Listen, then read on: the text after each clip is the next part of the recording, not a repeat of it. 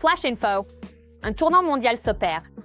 L'Ukraine et l'Azerbaïdjan créent un nouveau bloc de défense. Zelensky et Aliyev concluent un accord majeur. Une nouvelle alliance change la donne. Cette arme pourrait ébranler toute la guerre. Poutine rampera jusqu'à la table des négociations. C'est intense. Pour les troupes russes, c'est un point de non-retour. Une impasse mortelle à laquelle ils ne peuvent échapper. Soit avancer vers un feu certain, soit affronter leur propre commandant. Pendant ce temps, l'Ukraine et la Pologne renforcent leur coopération de défense. Les drones ukrainiens s'avèrent imparables et très demandés dans le monde. Dans le même temps, la première tranche du soutien de l'Union européenne est allouée. Où iront les fonds? Zelensky a révélé un plan. Analysons ce qui se passe en ce moment même. Bonjour, ici Ukraine Today. Ici Maria Farafonova avec les dernières nouvelles. C'est désormais confirmé. Un nouveau partenariat de défense prend forme. L'Ukraine et l'Azerbaïdjan sont du même côté. Volodymyr Zelensky et Ilham Aliyev ont conclu des accords clés pour soutenir l'Ukraine, dont la production commune d'armes. L'Ukraine et l'Azerbaïdjan ont signé 6 accords dans divers secteurs. Le domaine clé est le complexe industriel de la défense. Nous continuerons à développer et approfondir notre coopération. Message fort de Bakou, l'Azerbaïdjan soutient ouvertement l'Ukraine. Aliyev a clairement réaffirmé son soutien à la souveraineté et l'intégrité territoriale. L'Azerbaïdjan et l'Ukraine soutiennent et continueront de soutenir la souveraineté et l'intégrité territoriale de nos pays dans toutes les organisations internationales. Et ce n'est pas tout. Un changement politique majeur s'opère dans le Caucase. Bakou pourrait pousser Poutine vers des négociations pour une paix juste. La prochaine étape des pourparlers au format États-Unis-Ukraine-Russie pourrait avoir lieu en Azerbaïdjan si la Russie choisit la diplomatie. Les enjeux sont désormais extrêmement élevés. La région semble accentuer la pression sur Poutine. Pendant ce temps, les analystes soulignent que la visite de Zelensky et les accords signés envoient un signal clair, surtout vers Aliyev. Cela souligne que le dirigeant azerbaïdjanais a toujours du ressentiment suite à l'avion abattu. Qu'Aliyev, via les compensations de la Fédération de Russie, a acté sa victoire politique sur Poutine, sans vouloir pour autant normaliser les relations d'avant le crash. Qu'entre l'Ukraine et la Turquie, il y a probablement un partenariat incluant des alliés d'Ankara, comme la Syrie et l'Azerbaïdjan. Après tout, le Kremlin voulait une redistribution des sphères d'influence et la paix. Alors, s'il vous plaît. Désormais, Kiev et Bakou agissent de concert et sont prêts à défendre leurs intérêts sur la scène internationale. Ce n'est plus seulement de la diplomatie. Cela signale de nouveaux partenariats et une position mondiale plus forte pour l'Ukraine. Les occupants éliminent les leurs, le ticket sans retour. Les Russes tueraient massivement leurs propres soldats pour avoir refusé d'aller vers une mort certaine. Ceux qui refusent de traverser les champs à découvert sous le feu ukrainien risquent d'être abattus par leur propre camp. Notre commandant Karachouk, c'est lui qui, pas loin des positions d'Emirovka, a commencé à nous menacer de violence physique. Qu'est-ce qui se passerait si on décidait de ne pas avancer en un seul groupe uni? À travers ce champ à découvert qui s'étend sur 1,3 km de long et qui est actuellement tenu et contrôlé par notre ennemi. C'était contrôlé par les grades pour autant que je sache. Et pendant tout ce temps, les drones ennemis bourdonnaient au-dessus de nos têtes. Tant de nos hommes sont tombés juste ici. Ceux qui tentent de se plaindre au haut commandement seraient jetés dans des fosses de détention après avoir été battus. On perd tout contact avec eux.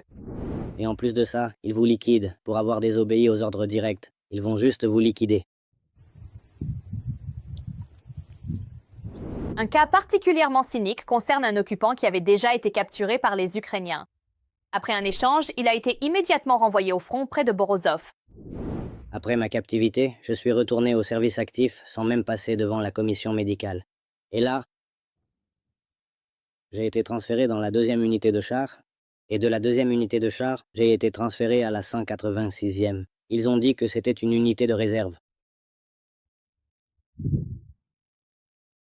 On nous a confié une mission de combat qui était totalement impossible. Ils nous ont envoyés sous les tirs de mortier et de bombes à sous-munitions.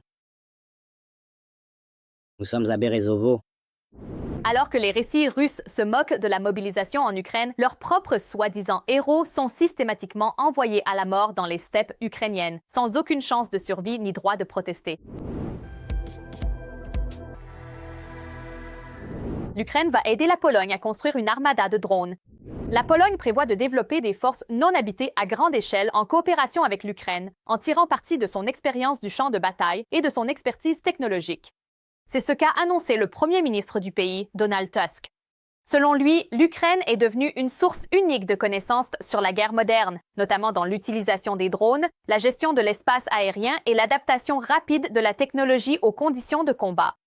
Cette expérience constituera le fondement de la future armada de drones de la Pologne. Tusk a souligné que cette coopération est mutuellement bénéfique. L'Ukraine ne reçoit pas seulement du soutien, elle partage aussi ses propres développements. Le nouveau système de drones devrait renforcer les capacités de défense de la Pologne, soutenir les alliés et améliorer les réponses aux menaces modernes. L'initiative s'inscrit dans le cadre d'efforts plus larges visant à renforcer la coopération en matière de défense en Europe. En particulier, la Pologne mène des discussions avec Emmanuel Macron sur l'élargissement du partenariat, des exercices conjoints au développement de technologies satellitaires et d'éléments de dissuasion. À Varsovie, l'expérience de l'Ukraine est considérée comme un facteur clé pour façonner l'armée du futur où les systèmes non habités joueront un rôle de premier plan. Zelensky a révélé comment la première tranche de l'Union européenne sera utilisée.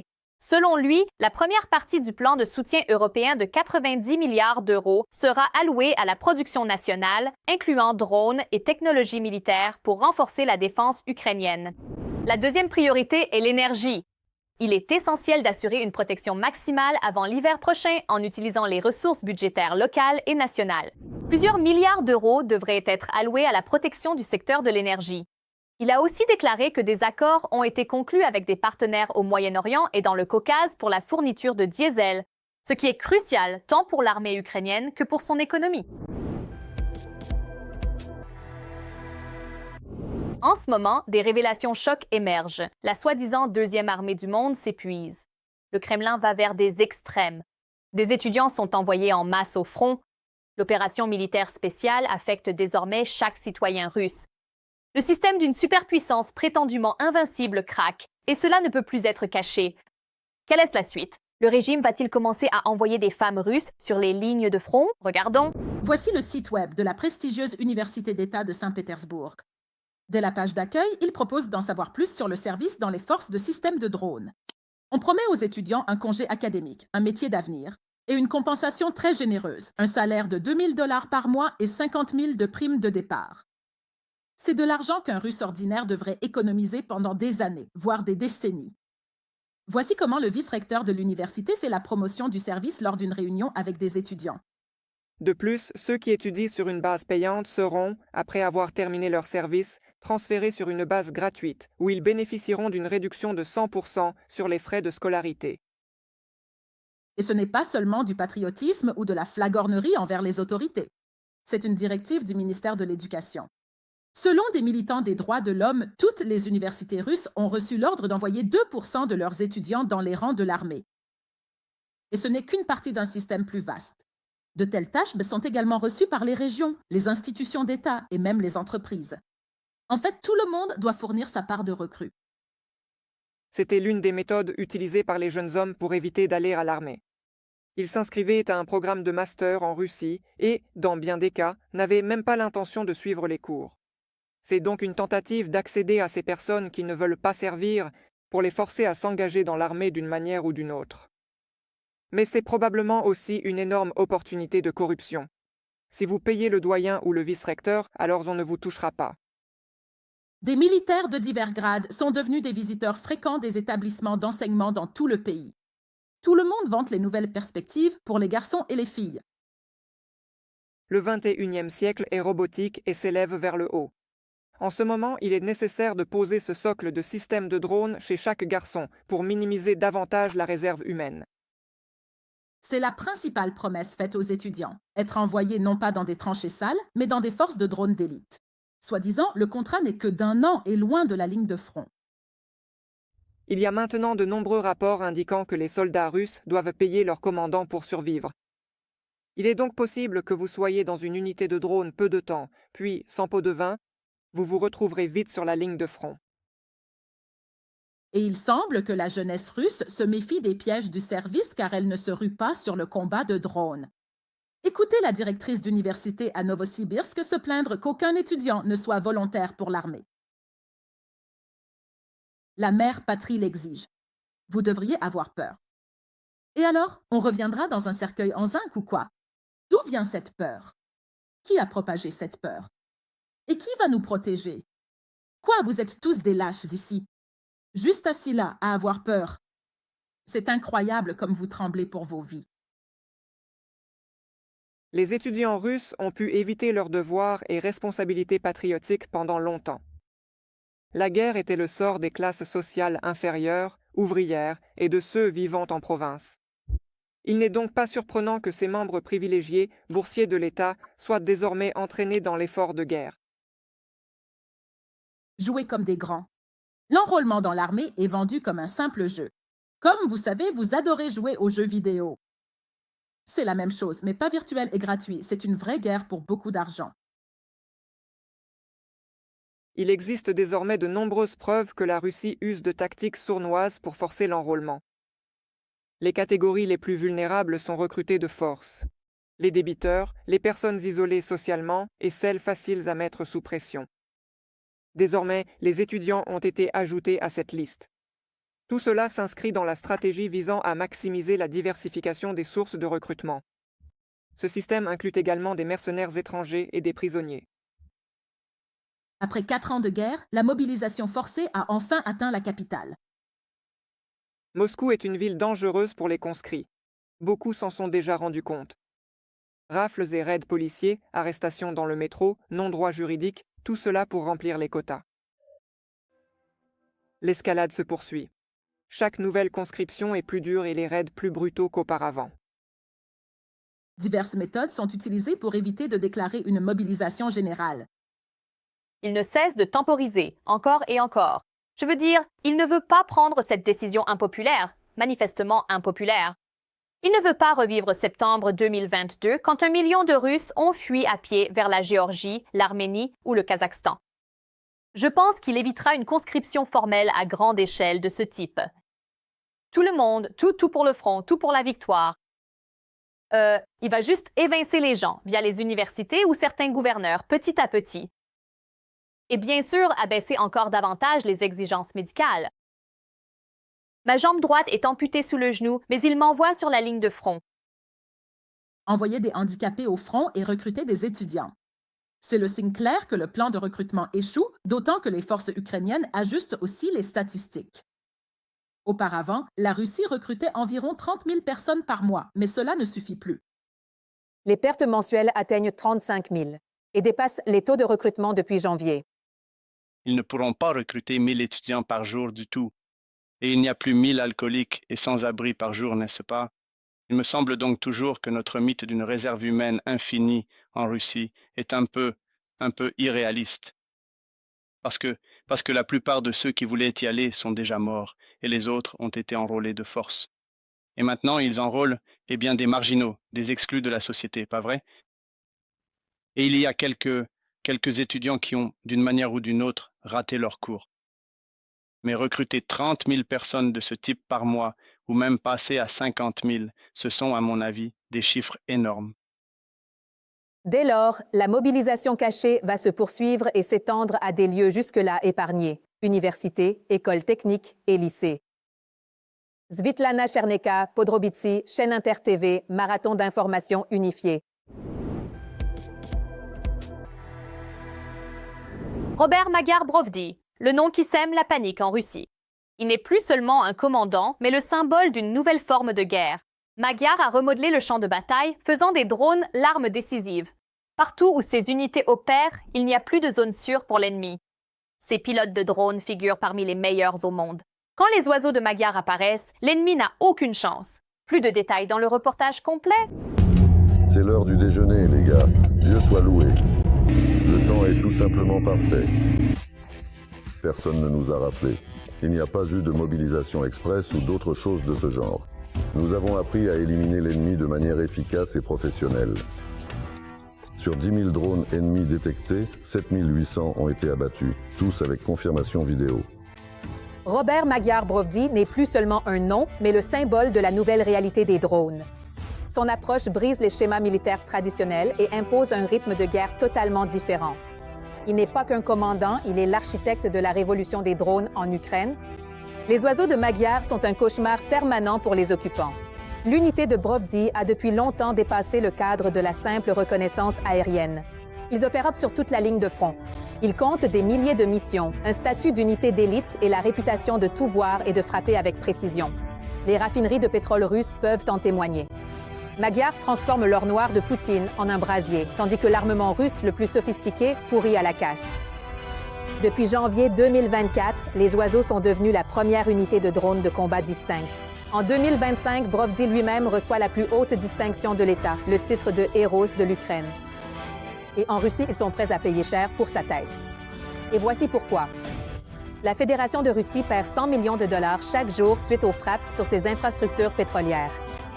Les opérateurs qualifiés des forces de système sans pilote frappent systématiquement les infrastructures pétrolières russes, causant des pertes majeures dans le raffinage, l'exportation et la logistique.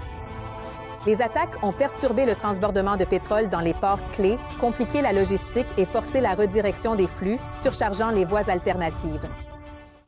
Étape par étape, le système logistique pétrolier de l'ennemi perd sa capacité à garantir un flux d'exportation ininterrompu. Les résultats de ce travail se font déjà sentir sur les lignes de front aujourd'hui. Moins de ressources pour l'ennemi signifie plus d'opportunités pour nos unités. Un style de première ligne sans filtre.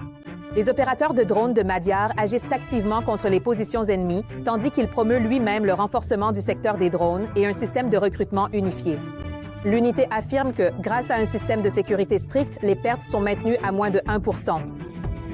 Magyar est aussi connu pour sa rhétorique acerbe et son humour noir, qui irrite grandement les chaînes Z russes. Mariage de glucides à Tuapse 2.0. Un rappel de feu sacré a été livré à une installation pétrolière stratégique et cruciale dans la nuit du 20 avril par un oiseau ukrainien courageux et épris de liberté. Les célébrations marquant l'extinction réussie en 3 jours des résultats de la précédente visite de courtoisie ont été brusquement et totalement annulées par un puissant remake. Le mariage au terminal de Tuapse a été prolongé indéfiniment, une after-party dans le style du jour de la marmotte. Notamment, Magyar ne parle pas seulement avec éloquence, c'est un innovateur. En Première mondiale, ses opérateurs ont abattu un drone Shahed avec un intercepteur lancé depuis une plateforme de surface. Le groupe spécialisé SBS se dirige maintenant vers la haute mer avec des plateformes de surface sans pilote avancé, transportant des intercepteurs de drones dédiés aux Shaheds et autres cibles aériennes. Entre le 1er et le 19 avril, les pilotes qualifiés des équipages de combat au sol du SBS ont détruit avec succès un total de 4 465 cibles aériennes ennemies, y compris 671 modèles spécifiques de Shahed et de Geran. Dans un mouvement stratégique pour intercepter les drones Shahed bien à l'avance, un nouveau programme de défense a été officiellement lancé pour déployer des avions de chasse spécialisés depuis des plateformes de surface. Les oiseaux de Magyar font sensation, même loin derrière les lignes russes. Même à 1500 km de l'Ukraine, les drones du SBS ont frappé une raffinerie de pétrole russe. Pas seulement pour porter un coup dur au complexe militaro-industriel rongé par les Verts, mais pour brûler jusqu'à l'illusion de sécurité dans les têtes pourries des Charikov jusque dans les profondeurs de l'arrière de l'ennemi.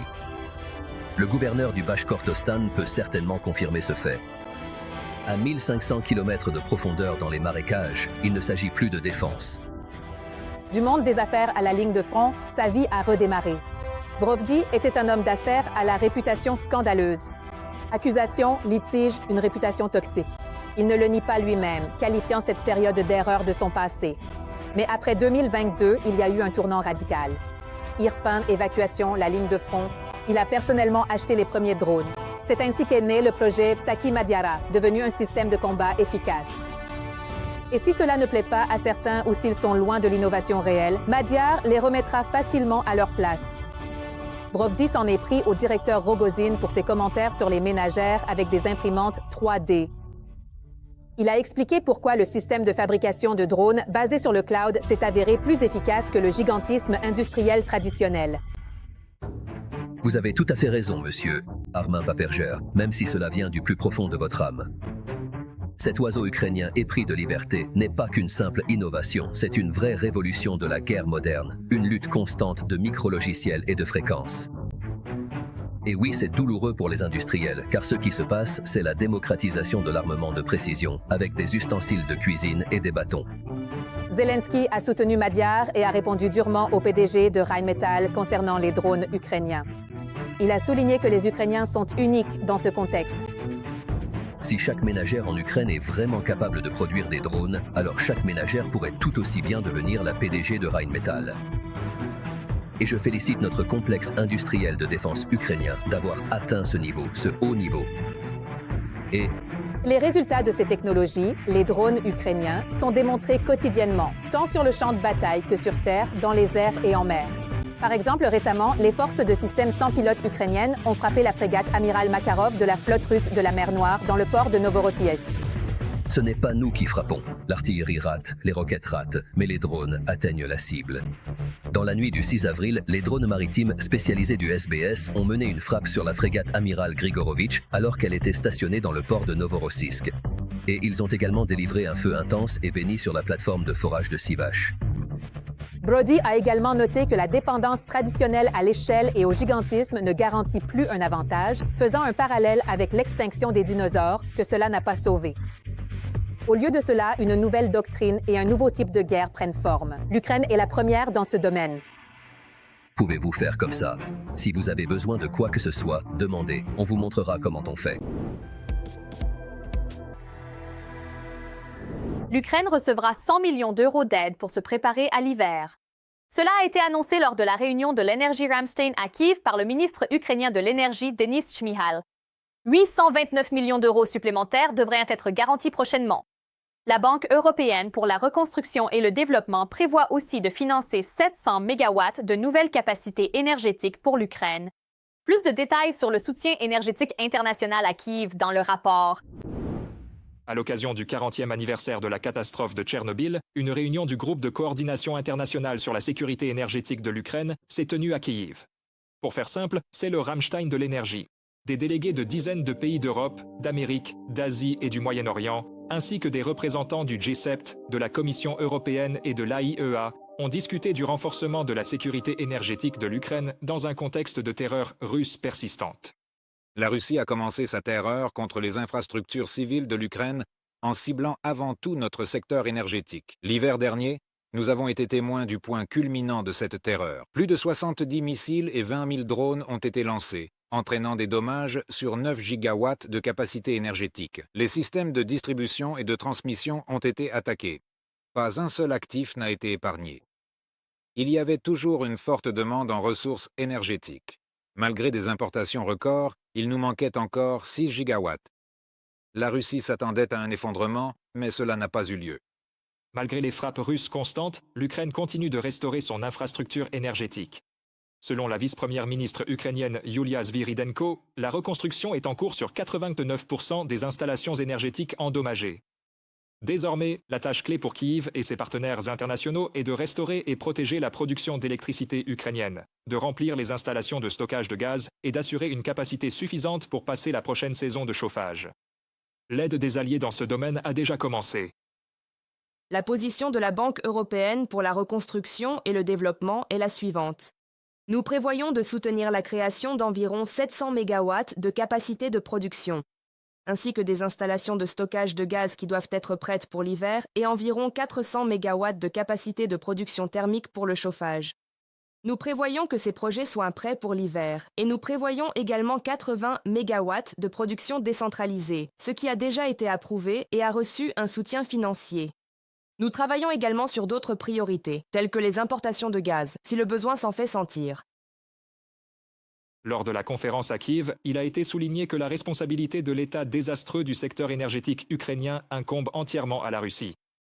C'est Moscou qui frappe systématiquement les infrastructures critiques, tentant de justifier ses attaques par des déclarations absurdes et niant ses propres crimes. Les participants à la réunion ont souligné que la terreur énergétique contre la population civile ukrainienne ne restera pas sans évaluation internationale et sans reddition de comptes. L'agression russe ne se limite pas au front. Elle cible des infrastructures énergétiques d'une importance critique et prive les civils de l'accès à des services vitaux. Il existe également des inquiétudes concernant la sécurité radiologique. Dès les premiers jours de la guerre totale de la Russie contre l'Ukraine, l'Union européenne s'est tenue aux côtés de l'Ukraine et aujourd'hui, avec les États membres et les institutions financières européennes, l'UE a mobilisé plus de 200 milliards d'euros pour soutenir l'Ukraine. Nous sommes ainsi le plus grand donateur international de l'Ukraine. En plus des frappes systématiques sur l'infrastructure énergétique de l'Ukraine, la Russie continue de créer des risques de catastrophes nucléaires. En 2022, l'armée du pays agresseur a occupé le territoire de la centrale nucléaire de Tchernobyl pendant plus d'un mois et en 2025, un drone russe a frappé le sarcophage de protection au-dessus du réacteur détruit. La centrale nucléaire de Zaporijia a également subi des bombardements réguliers que le Kremlin continue d'occuper et refuse de rendre au contrôle de Kiev. De telles actions mettent directement en danger la vie de millions de personnes et violent les normes fondamentales de la sécurité internationale. C'est pourquoi l'Agence internationale de l'énergie atomique a annoncé une coordination et une coopération accrue avec la partie ukrainienne afin de prévenir une nouvelle menace nucléaire. L'infrastructure nucléaire de l'Ukraine reste actuellement la source d'approvisionnement énergétique la plus importante dans ces circonstances difficiles. C'est pourquoi, ce matin, j'ai eu le plaisir de signer un protocole d'accord avec le ministre Shmyhal, dans le cadre duquel nous prévoyons d'étendre et de renforcer le soutien technique. Lors de la conférence à Kiev, les représentants de la Commission européenne ont souligné que la Russie ne resterait pas impunie pour les crimes qu'elle a commis. Un tribunal international pour demander des comptes aux responsables est déjà en cours de préparation. Nikita Skoblikov pour la chaîne de télévision Freedom. Que pensez-vous des derniers événements? Partagez votre opinion dans les commentaires, aimez la vidéo et abonnez-vous pour rester informé des principaux titres. À bientôt!